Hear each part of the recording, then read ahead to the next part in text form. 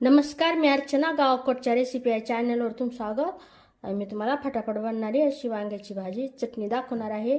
एकदम सोपी पद्धत, पण खायला एकदम टेस्टी. वांग्याचा तोच प्रकार खाऊन कंटाळला असेल तर झटपट बनवा. आता इथं आत्ताच वांगी कट करायची नाही, पूर्ण तयारी झाल्यानंतर थोडंसं असं भाग काढून घ्यायचा. जमले तर काटे काढायचे, नाही काढले तर जमते त्यांनी बारीक फोडी करून घ्यायच्या. एक सुकी चटणी तयार करून घ्यायची. तर सुक्या लाल मिरच्या घेतलेल्या, कोथिंबीर आणि भरपूर असा लसूण घेतलेला.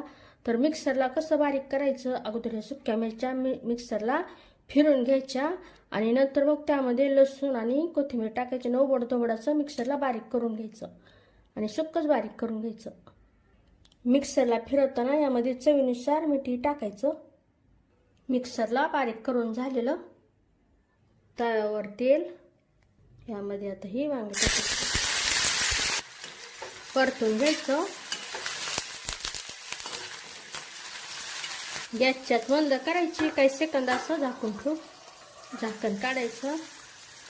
त्याच पद्धतीने काही सेकंदांनी झाकण ठेवून झाकण उघडून परतून वांगे असे परतून घ्यायचे मऊ पडेपर्यंत. वेळ लागायचा नाही, लगेच मऊ पडून जाते. परत झाकण ठेवायचं, वांगी शिजून घेऊ. इथं वांग्याच्या पुडी व्यवस्थित अशा मऊ पडलेल्या, अजिबात वेळ लागलेला नाही. इथं पाण्याचाही अजिबात वापर केलेला नाही. आता ही चटणी टाकायची. गॅसच्याच कमीच ठेवलेली. चटणी टाकल्यानंतर थोडीशी मिक्स करून घ्यायचं, जास्त पण परतायचं नाही.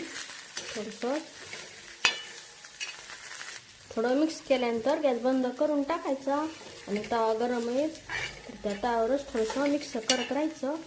छान असा सुगंध येईपर्यंत.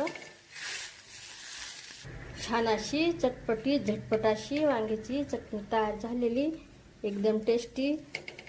तो वांग्याचा प्रकार खाऊन कंटाळला असेल तर नक्की बनवून पहा. रेसिपी आवडली तर चॅनलला सबस्क्राईब करा. चॅनलवरच्या बाकी रेसिपी जी आवडल्या तर त्यांनाही लाईक करा.